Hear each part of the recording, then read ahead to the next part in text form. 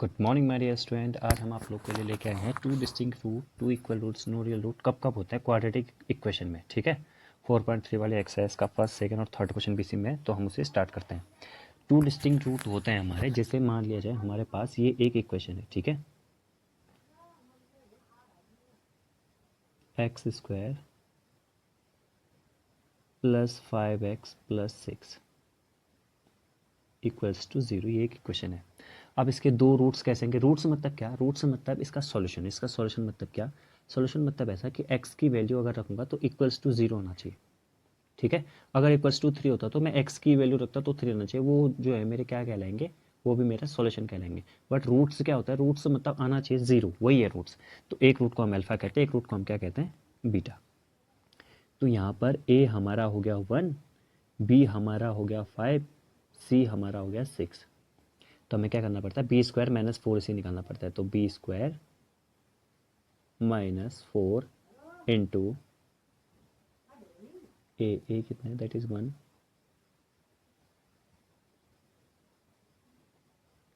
Into सी। 5 का square 25 minus 4 one जा 4 6 24, तो कितना है हमारा? ये 1 आया। तो 1 जो है बच्चों वो 1 जो है 0 से बड़ा है। अगर 0 से बड़ा है तो इसका मतलब कैसे रूट होंगे? दो रूट होंगे, रियल रूट होंगे और डिस्टिंक्ट रूट होंगे। डिस्टिंक्ट मतलब अलग अलग वाले रूट होंगे। ठीक है, यहाँ पर मैंने क्या किया? ए, क्योंकि इससे कंपेरिजन किया ना मैंने इससे कंपेरिजन किया A X square plus B X plus C के साथ, क्योंकि ये हमारे जनरल फॉर्म है। जनरल फॉर्म मतलब अगर आपको कोई भी क्वाड्रेटिक इक्वेशन लिखनी है तो आप लोग इस तरह से लिख सकते हैं। ए और बी सी को कुछ भी मान सकते हैं। याद रखना, ए को जीरो नहीं मान सकते हैं, बस बी को जीरो मान सकते हैं बट ए को जीरो नहीं मान सकते, क्योंकि ए वाली टर्म हमें जहाँ पर ए है मतलब ए हमें क्या दे रहा है? डिग्री दे रहा है, इसलिए हम इसे जीरो नहीं मान सकते हैं। ठीक है, तो अब इसके साथ साथ में इसकी ज्योमेट्री भी साथ साथ में बताता हूँ बिल्कुल, क्योंकि इसकी ज्योमेट्री से भी क्वेश्चन आता है। ज्योमेट्री मतलब अगर इनकी कोई लाइन बनेगी या जो कुछ भी बन रहा होगा, इनका ज्योमेट्री का मतलब क्या है? या तो कुछ ट्रायंगल बन रहा होगा तो कुछ बन रहा होगा, क्या बन रहा होगा? अब इनका लाइन ही बन सकता है।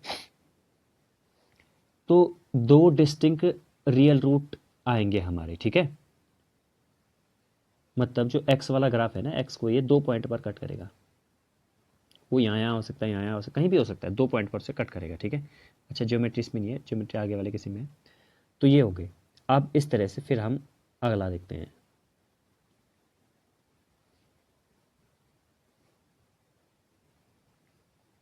टू डिस्टिंक्ट रूट, ये टू इक्वल रूट ये होते हैं, नो रियल रूट ये होते हैं। ठीक है, अब हम आते हैं सीधे क्वेश्चन नंबर, सॉरी एक्सरसाइज 4.3 का क्वेश्चन नंबर 1। अब देखिए बच्चों, इसमें find the nature of the roots of the following quadratic equation if real root exist then find them. देखो हमें क्या पता करना है? बी स्क्वायर माइनस 4ac, हमें ये पता करना है। अगर जीरो के इक्वल आया तो हम फाइंड भी करना है, अगर जीरो से बड़ा आया, सॉरी जीरो से बड़ा आया तो हमें फाइंड करना है रियल रूट। अगर जीरो है तो हमें फाइंड करना पड़ेगा। अगर जीरो से लेस ही आ गया तो मतलब पॉसिबल नहीं होगा ना वो। तो हम इसमें से देंगे। देखिए इसमें से तीन क्वेश्चन है, बहुत सिंपल सिंपल है। इसमें से मैं दूसरा वाला क्वेश्चन बताऊंगा ओनली, बाकी के क्वेश्चन आप लोग करेंगे। ठीक है, ये पहला और ये तीसरा वाला क्वेश्चन ये आप लोग करेंगे। अब देखते हैं इसमें,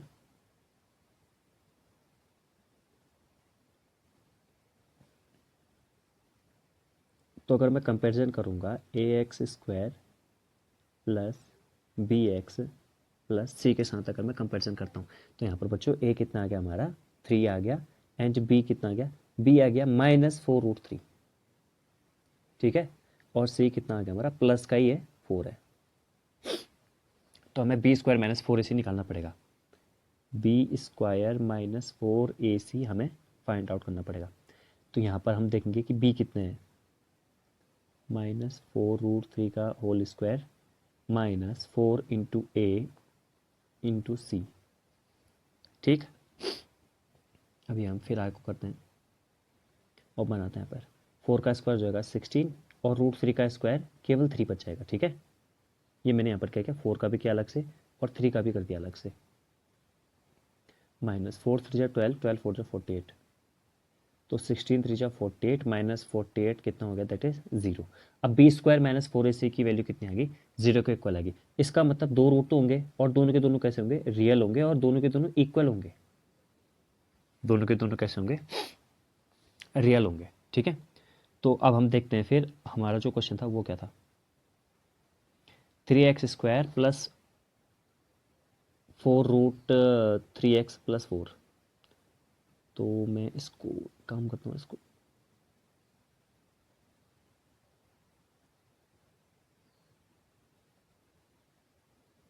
अरे तो घूमने लग गया।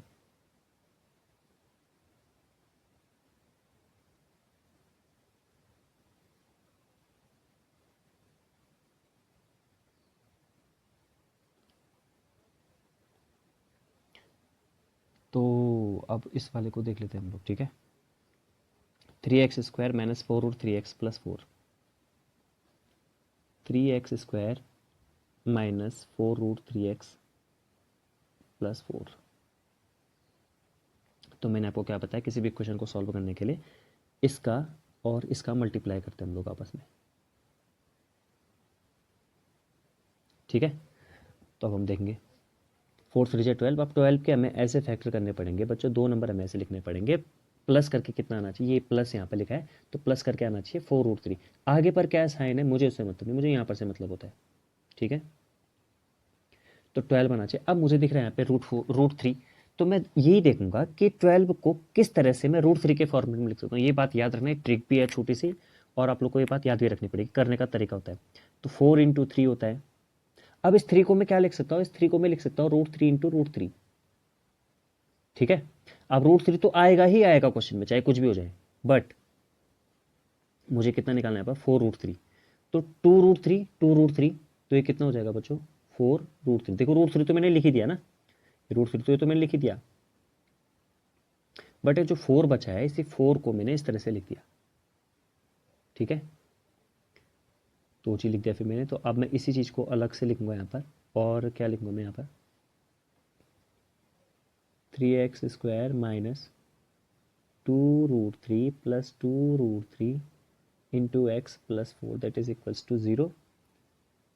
3x² minus 2√3x minus 2√3x+4।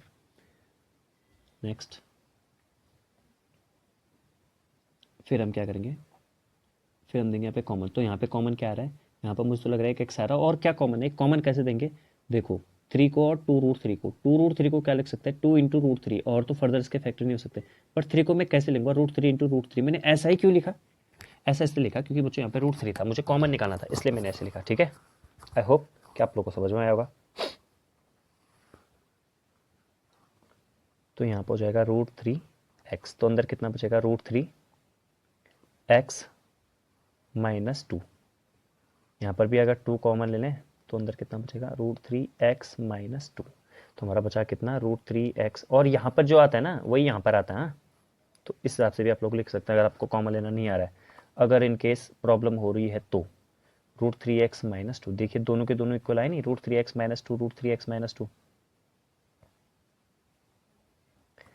तो यहाँ पर से अगर मैं निकालना चाहता हूँ तो एक को मैं पकड़ लेता हूँ, दोनों इक्वली आएंगे।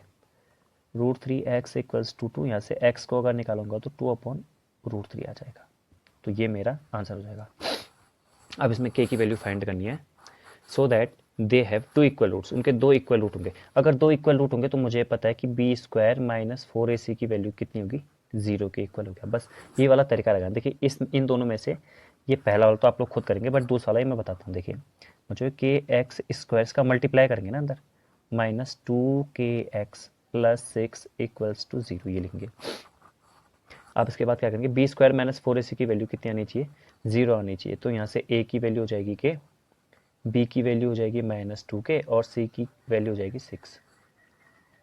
तो कितना आ रहा है, b² माइनस 4ac की वैल्यू कितनी आनी चाहिए, 0 आनी चाहिए। b² minus 4 into a into C, इसकी वैल्यू आनी चाहिए 0।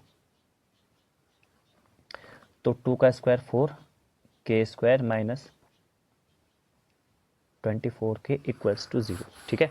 अब आप लोग चाहे तो यहाँ पर से क्वाड्रेटिक इक्वेशन भी बना सकते हैं, नहीं तो इन क्वेश्चनों में हम जनरली क्या करते हैं ना, वैसे बच्चों जो मैं तरीका कर रहा हूँ वो तो हो सकता है कि गलत हो, बट यहाँ पर ये देखिए 24k को उस तरह भेज दिया, ठीक है। अब यहाँ पर क्या है, यहाँ पर के 2 बार है तो एक के से एक के उड़ गए, इधर उधर चीज़ें इक्वल्स टू के इधर उधर चीज़ें कटती हैं। तो ऐसे के की वैल्यू निकालेंगे 24/6, 6 4 जा 24, तो के की वैल्यू कितनी आ गई, डायरेक्ट 4 आ गई। तो ऐसे भी हम कर सकते हैं, ठीक है। अब आता है थर्ड नंबर वाले क्वेश्चन पे, is it possible to design a rectangular mango grove whose length is twice its breadth. देखिए ब्रेथ है हमारे पास और लेंथ है, देखिए हुज लेंथ मतलब जिसकी length is twice, length is twice, length क्या है, डबल है, इट्स ब्रेथ, इट्स ब्रेथ मतलब उसकी ब्रेथ के, तो ब्रेथ अगर मैं लेता हूँ थोड़ी देर के लिए एक्स, तो लेंथ 2x हो जाएगी। और क्या बोला, इज इट पॉसिबल, तो मुझे पता है एरिया, एरिया कैसे निकलता है, लेंथ इंटू ब्रेथ करके एरिया निकलता है। तो देखूंगा मैं यहाँ पे 2x² इक्वल्स टू 800,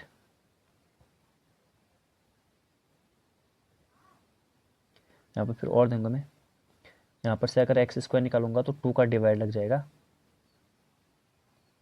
400, और x की वैल्यू √400 ±20। बट ये प्लस माइनस लिखना कोई इंपॉर्टेंट नहीं है क्योंकि यहाँ पर लेंथ है और length can not be negative, तो x कितना आ गया हमारे पास, 20 आ गया। अब ऐसा कंडीशन है पॉसिबल, तो यस पॉसिबल है ऐसी कंडीशन। अगर ये कंडीशन पॉसिबल है तो क्या बोल रहा है, if so find its length and breadth. तो लेंथ और ब्रेथ हमें पता नहीं, एक्स एक्स को हमने क्या माना था बच्चों, ब्रेथ माना था, और लेंथ कितना माना था, 2x।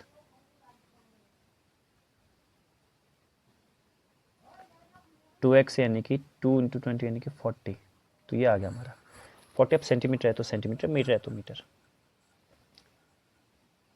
हाँ मीटर है तो मीटर में x इक्वल्स टू 20 मीटर और 2x इक्वल्स टू 40 मीटर, ठीक है। अब अगली वाली जो वीडियो आएगी उसमें मैं इसके जो 4th 5th नंबर क्वेश्चन है इनको भी देखिए, वैसे तो आप खुद भी ट्राई कर सकते हैं, ठीक है। मैं ट्राई करूँगा इन्हें, कोशिश करूँगा इन्हें करने की, और उसके बाद हम क्या करेंगे, इस चैप्टर के कुछ एक्स्ट्रा कुछ क्वेश्चन भी आएंगे जो प्रीवियस ईयर में भी आएंगे, या कुछ इंपॉर्टेंट क्वेश्चन जो मुझे लगेंगे वो भी मैं आप लोगों को करवा दूंगा, ठीक है। और यहाँ पर कुछ क्वेश्चन होमवर्क के लिए भी दे दूंगा। तब तक के लिए थैंक यू।